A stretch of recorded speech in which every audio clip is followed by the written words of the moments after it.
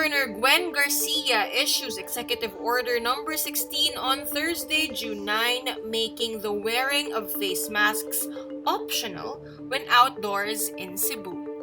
According to the order, face masks will only be required when in closed or air-conditioned spaces. But persons who are unwell or exhibit symptoms of COVID-19 must wear masks at all times when in public. The order says there is a need to rationalize the requirement of wearing masks in adapting to the new normal.